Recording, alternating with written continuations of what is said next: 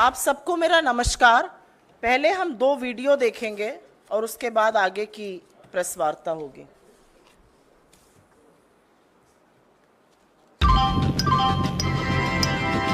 यात्री कृपया ध्यान दें।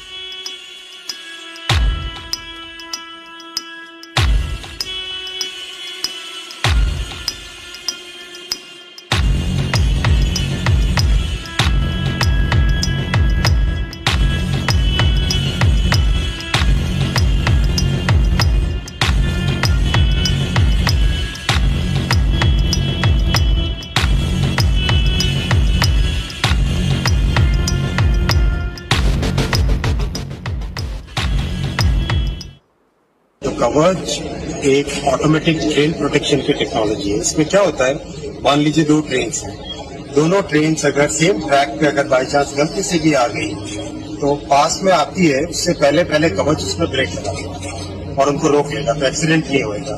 मान लो एक ट्रेन के पीछे दूसरी ट्रेन जा रही है, तो इस केस में पीछे वाली ट्रेन एक सेफ डिस्टेंस पे रहनी चाहिए। अगर बाई चांस किसी भी कारण से ट्रेन अगर नजदीक आती है तो पीछे वाली ट्रेन में तुरंत कवच उसमें स्पीड कम कर देगा और उसमें ब्रेक लगा देगा। जैसे रेड लाइट है, तो रेड लाइट के पास में जैसे ट्रेन पहुंचे उससे पहले उस ट्रेन का कवच अपने आप उसे स्पीड को कम कर देगा, कम करके उसको रेड लाइट ऑन कर दीजिए। आप सबको मेरा नमस्कार। और मुझे लगता है कि देश में शायद ही कोई ऐसा हो जिसका रेल से जुड़ाव ना हो। हम सब लोग मध्यम वर्ग से आते हैं, निम्न मध्यम वर्ग से आते हैं, और रेल से जुड़ी हुई बड़ी मधुर स्मृतियां हैं, और रेल से ही कहीं ना कहीं आवागमन सबने किसी ना किसी टाइम पर जरूर किया है। क्योंकि रेल सिर्फ पटरियों पर दौड़ने वाली ट्रेनें नहीं है, दंदनाती हुई ट्रेनें नहीं है। रेल इस देश के एक छोर को दूसरे छोर से जोड़ता है। रेल हिंदुस्तान की जीवन रेखा है, और सबसे बड़ी बात है कि आवागमन का सबसे सस्ता इकोनॉमिकल साधन है, एटलीस्ट हुआ करता था। और उसी के कारण मध्यम वर्ग, निम्न मध्यम वर्ग, गरीब व्यक्ति रेल की यात्रा को प्रेफर करता है। आज तक जब आप रेल में बैठते थे टिकट लेकर, तो कहीं ना कहीं ये विश्वास रहता था कि अपने गंतव्य तक पहुंच जाएंगे। बड़े सारे स्टेशन आते थे, उसमें पूरी सब्जी खाई जाती थी, कहीं पर चाय पी जाती थी, कहीं पकौड़े समोसे खाए जाते थे, और एक ये विश्वास था कि गंतव्य तक पहुंच जाएंगे।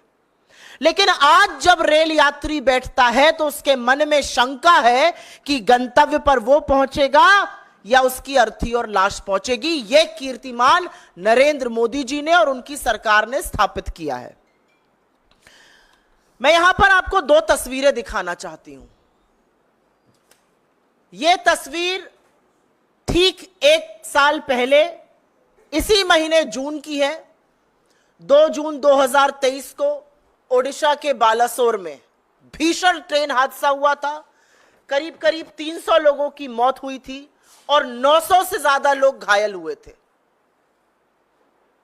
पश्चिम बंगाल में कल फिर एक ट्रेन हादसा हुआ। पटरी पर कंचनजंगा एक्सप्रेस थी, उसको पीछे से मालगाड़ी ने आके मारा।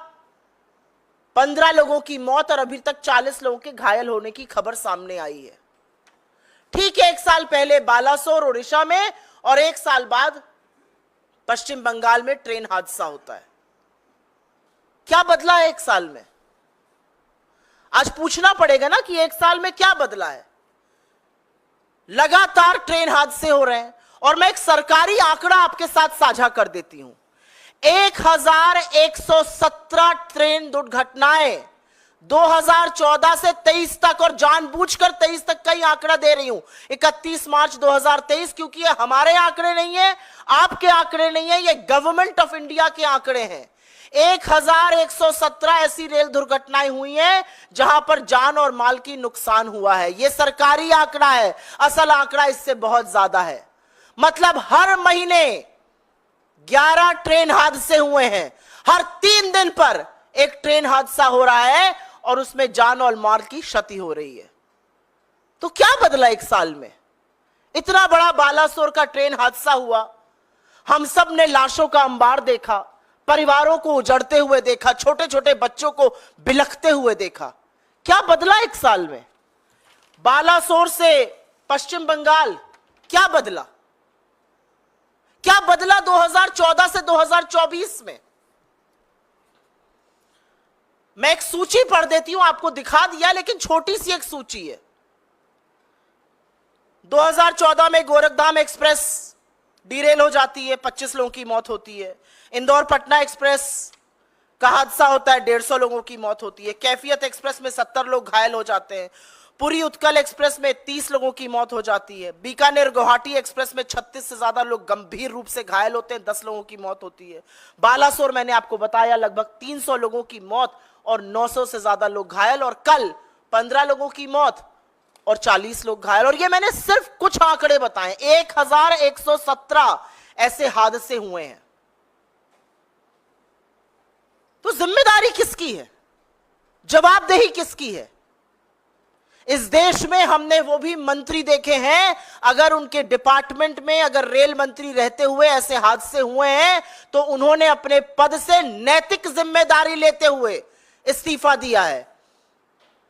फिर वो लाल बहादुर शास्त्री जी हो, नीतीश कुमार रहे हो, माधवराव सिंधिया रहे हो, ममता बनर्जी रही हो, मधु दंडवते रहे हो, जॉर्ज फर्नांडिस रहे हो, सब लोगों ने नैतिक जिम्मेदारी लेते हुए इस्तीफा दिया है।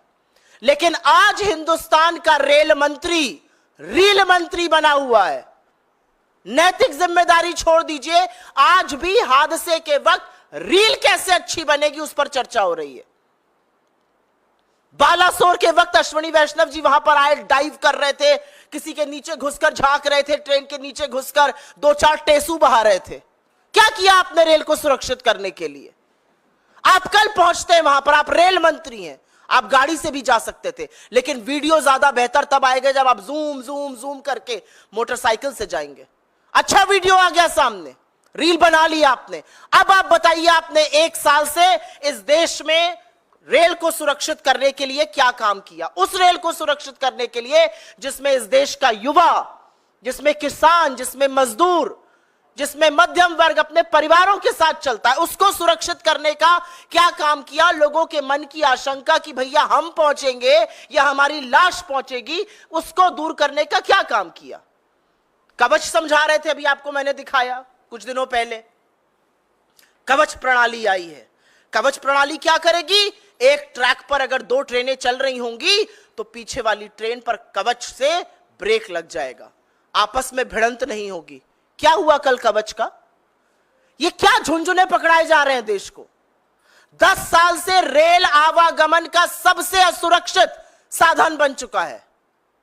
लगातार जान और माल का नुकसान हो रहा है और लोगों को झुंझुने के नाम पर आपने कवच की बात कही। और ये क्यों हो रहा है? क्या एकदम से रेल फेल हो गई है? ये इसलिए हो रहा है क्योंकि नरेंद्र मोदी की सरकार और उनके मंत्री उदासीन हैं, अकर्मण्य हैं। उनको फर्क नहीं पड़ता कि गरीब गुर्बत में रहते हुए लोग, यंग लोग जो गाजर मूली की तरह भरकर रेल में आज जाने को मजबूर है, वो मर जाए, उनको फर्क नहीं पड़ता है। इसलिए ऐसा हो रहा है। आपके साथ एक और आंकड़ा साझा करती हूं, और ये मेरा आंकड़ा नहीं है, ये आंकड़ा खुद अश्विनी वैष्णव ने पार्लियामेंट में दिया है, यह आरटीआई के माध्यम से भी सामने आया है।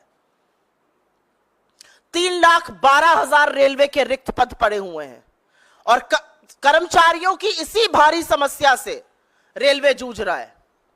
एक आरटीआई के मुताबिक, और ये आंकड़ा बड़े ध्यान से सुनिएगा, लोको पायलट, बहुत सारे जो रेल हादसे होते हैं जहां पर गलत सिग्नल पे दे दिया गया, एक ही ट्रैक पर ट्रेनें चल गई, कहीं कहीं मानवीय त्रुटि होती है और वो मानवीय त्रुटि लोको पायलट के कारण होती है। क्यों होती है यह भी समझ लीजिए। लोको पायलट के 70,093 पद स्वीकृत हैं, इसमें से 21% पद खाली पड़े हुए हैं। सहायक लोको पायलट के 57,551 पद स्वीकृत हैं, उसमें से करीब 8% खाली पड़े हुए हैं। ये वो पद है जो रेलवे को सुरक्षित बनाने के लिए, सुचारू रूप से चलाने के लिए, लोगों को अपने गंतव्य से, एक गंतव्य से दूसरे गंतव्य तक सुरक्षित पहुंचाने के लिए इन पदों का रोल होता है। और 21% ये पद खाली पड़े हैं। इसके चलते लोको पायलट के ऊपर बहुत भारी दबाव है। 12-12, 14-14 घंटे वो काम कर रहे हैं और इस तरह की त्रुटियां हो रही हैं।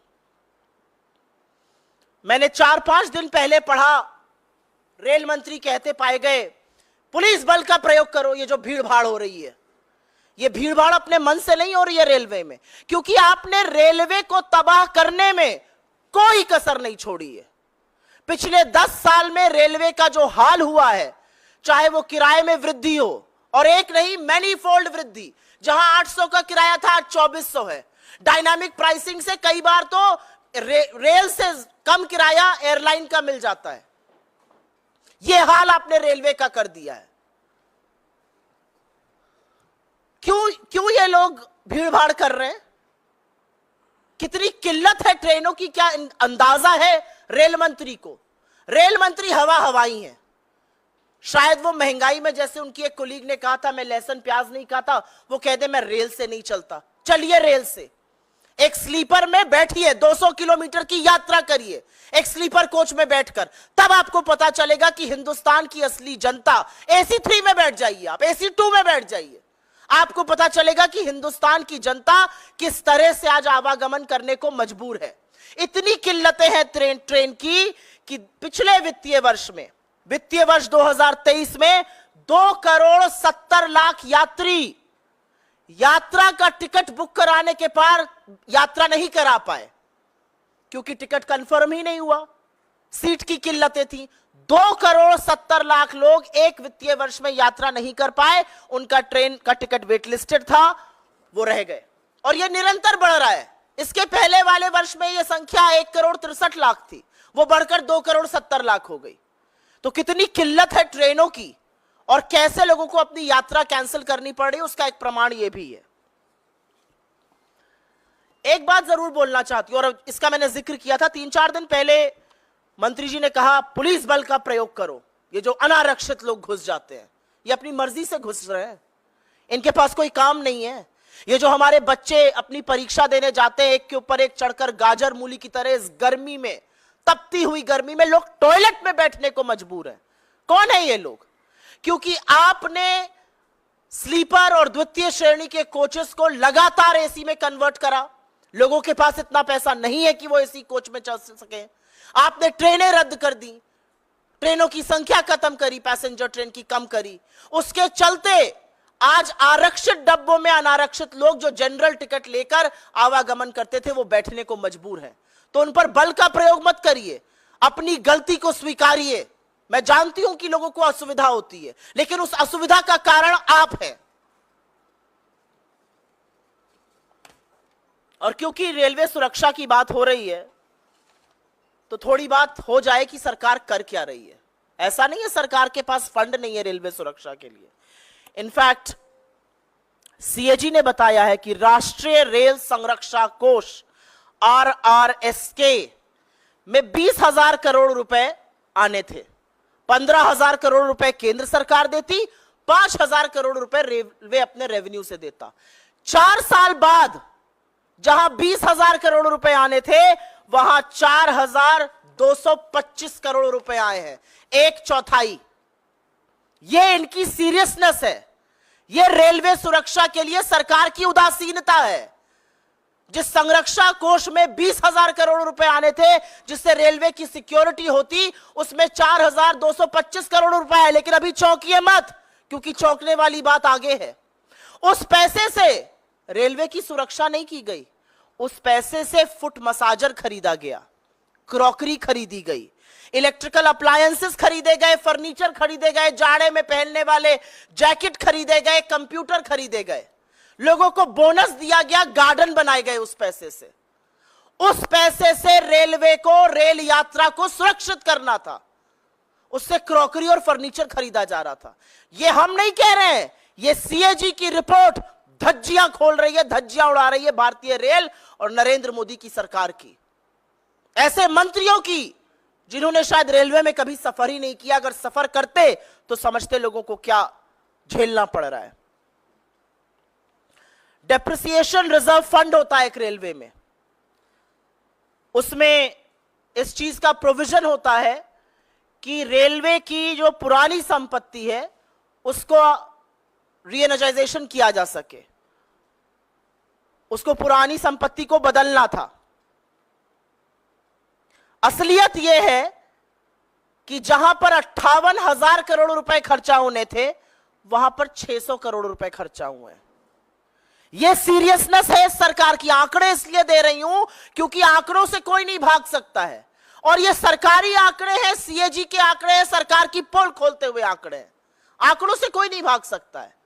आप टेसू भले बहा लीजिए, आप 4 रील जरूर बना लीजिए, लेकिन आंकड़ों से कहां भागिएगा। सुरक्षा का पैसे से आप क्रॉकरी और फर्नीचर खरीद रहे हैं, डेप्रिसिएशन फंड आप खर्चा ही नहीं कर रहे हैं। रेल जो सबसे भरोसेमंद साधन होता था, आज लगातार लेट चल रही है। मुझे याद है एज अ स्टूडेंट मैं लखनऊ से दिल्ली और दिल्ली से लखनऊ बहुत करती थी, और कभी संशय नहीं रहता था। जब शुरू में नौकरी भी ज्वाइन करी थी तो संडे रात को लखनऊ से बैठो, मंडे सवेरे पहुंचो, तड़ाक से ऑफिस पहुंच जाओ। आज नहीं पता इस बात का। आज नहीं पता है कि ट्रेन 4 घंटे लेट होगी या 5 घंटे लेट होगी या 9 घंटे होगी या 24 घंटे लेट होगी।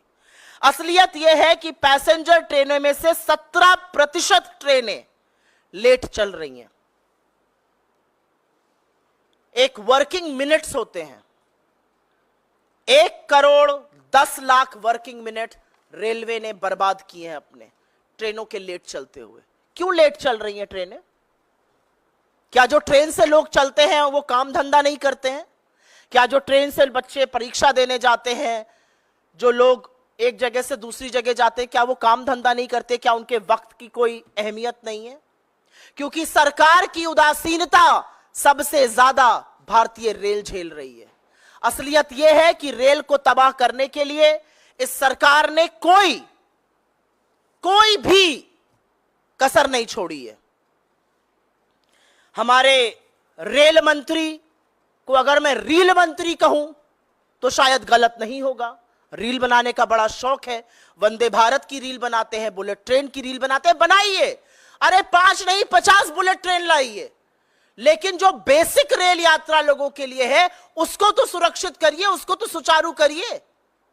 क्या मिल रहा है आपको रेल को बेचकर, रेल की जमीन पर हड़प कर, रेल को निजीकरण करके? क्या मिल रहा है आपको? लोगों की जेब पर सिर्फ और सिर्फ डाका डाला जा रहा है। बार बार कहा जाता है नैतिक जिम्मेदारी लीजिए और इस्तीफा दीजिए। वो तो होगा नहीं। हम मांग जरूर करेंगे लेकिन वो होगा नहीं। और इसलिए नहीं होगा क्योंकि अगर नैतिकता होती तो ब्रजभूषण शरण सिंह को गोदी में नहीं बिठाए रखते।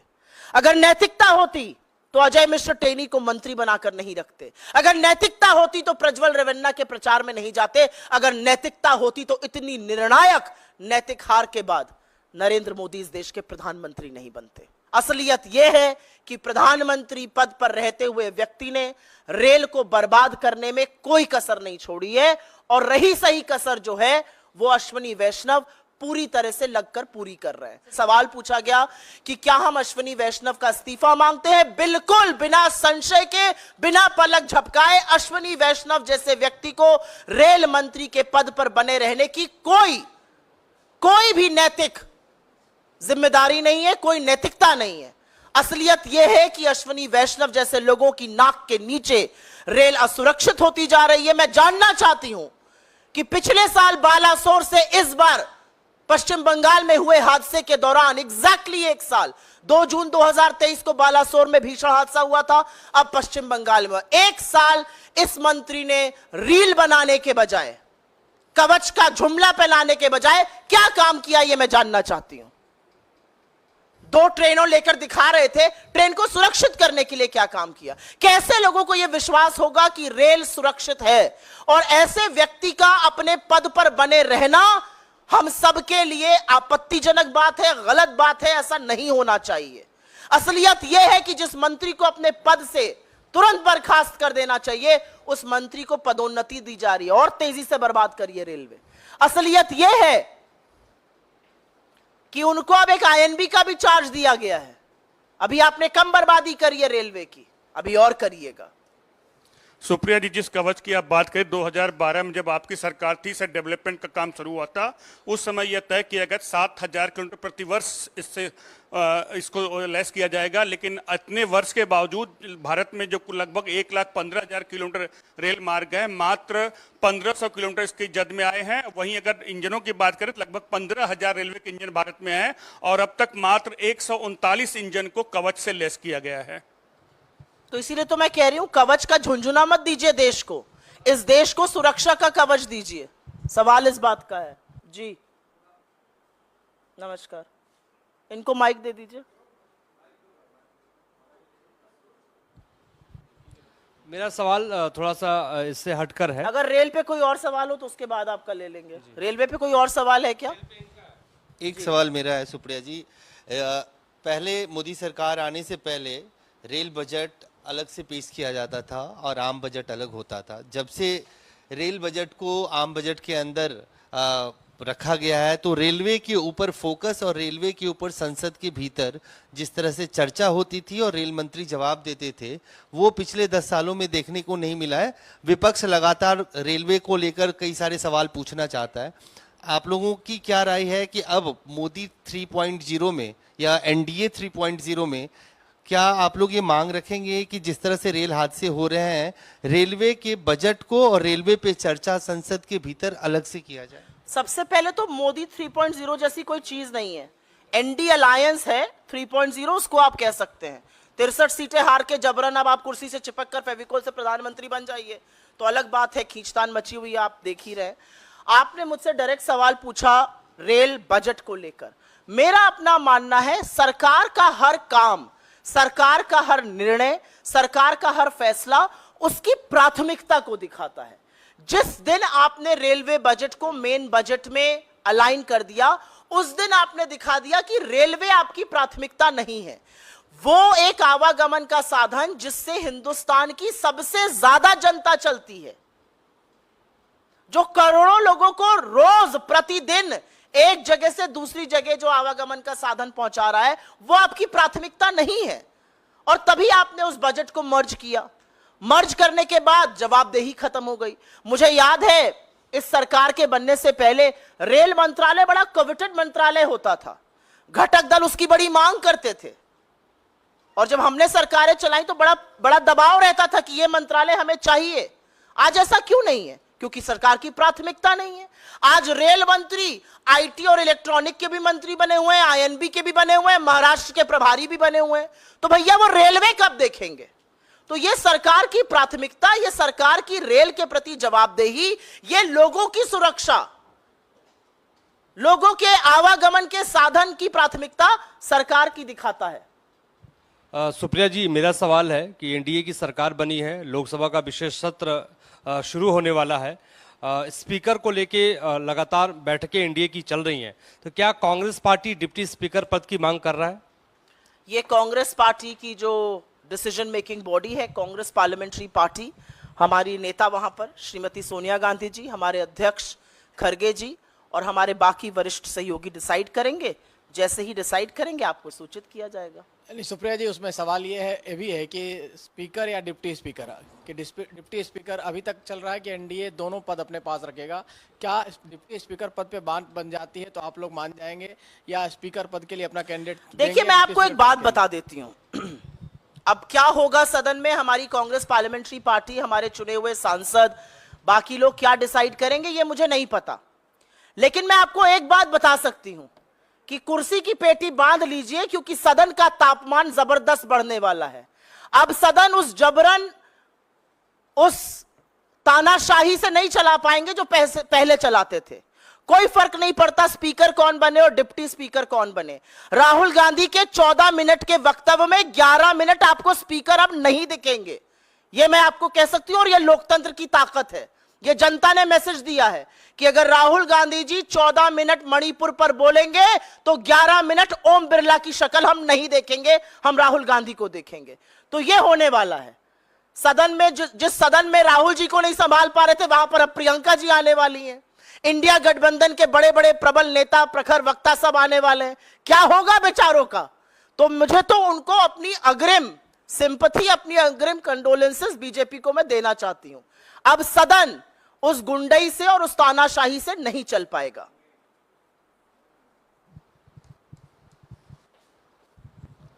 मैम मेरे दो सवाल हैं जी। एक राहुल आपका तो गांधी एक ने कभी होता ही नहीं है। जी मैम एक तो कभी आपका होता ही नहीं है। जी जी बताइए। तो राहुल गांधी ने चुनाव नतीजों के बाद पहला इंटरव्यू फाइनेंशियल टाइम्स को दिया है और उसमें उन्होंने ये बड़ा बयान दिया कि मोदी सरकार को टिकने के लिए संघर्ष करना पड़ेगा। ये भी दावा किया कि बीजेपी के कैंप के कुछ नेता उनके संपर्क में हैं। इसको लेकर के मैं चाहूंगा कि और थोड़ा विस्तार से आप बताएं कि टिकने के लिए संघर्ष करने वाली बात और बीजेपी कैंप के नेताओं के संपर्क में रहने वाली बात का आधार क्या है, पहला। और दूसरा, आम आदमी पार्टी की राज्यसभा सांसद स्वाति मालीवाल ने आपके नेता राहुल गांधी समेत तमाम इंडिया अलायंस के बड़े नेताओं को पत्र लिखा है और उनके साथ जो कथित पिटाई हुई सीएम आवास पर, उस मामले में मिलने का समय मांगा है। क्या आपके नेता स्वाति मालीवाल से मिलेंगे? मैं पहले सवाल का जवाब दूंगी, उसको प्रखरता से दूंगी और उसके बाद आपके दूसरे सवाल पर आऊंगी। प्रत्यक्षम किम प्रमाणम, राहुल जी ने जो बात कही है ये तो दिख रहा है आपको। 63 सीट नरेंद्र मोदी की कम हो गई, बैसाखियों पर टिके हुए हैं, बैसाखियां बवाल मचा रही हैं। पहले दिन उनके घटक जल जेडीयू ने कहा अग्निवीर जाना चाहिए, उसके बाद उन्होंने कहा जातिगत जनगणना होनी चाहिए। टीडीपी ने कहा हम डंके की चोट पर 4% मुस्लिम आरक्षण लागू करेंगे। वो कह रहे हैं बार बार पेगासस की जांच हो। राजभर जी जाकर, जो उनके घटक दल है यूपी में, हर जगह जाके कह रहे हैं मोदी और योगी की वजह से हार गए। अरे घटक दलों को 2 मिनट छोड़ दीजिए। जो आइडियोलॉजिकल फाउंटेन हेड है,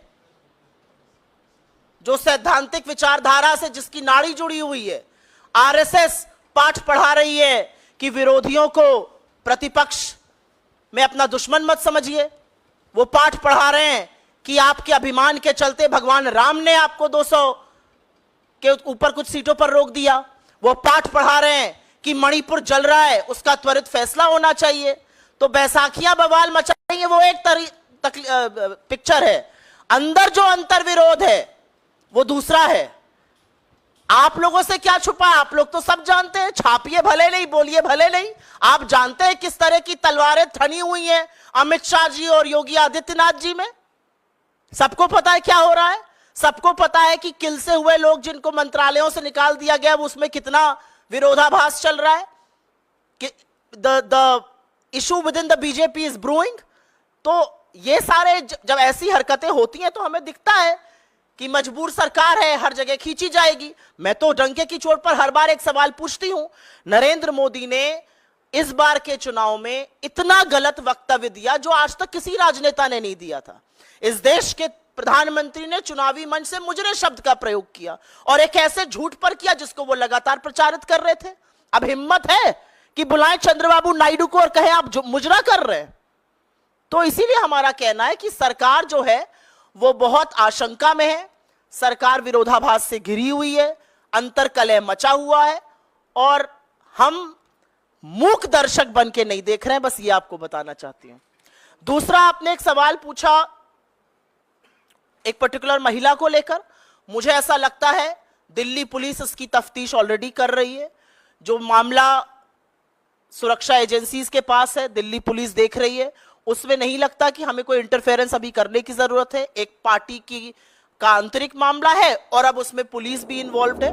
मुझे ऐसा लगता है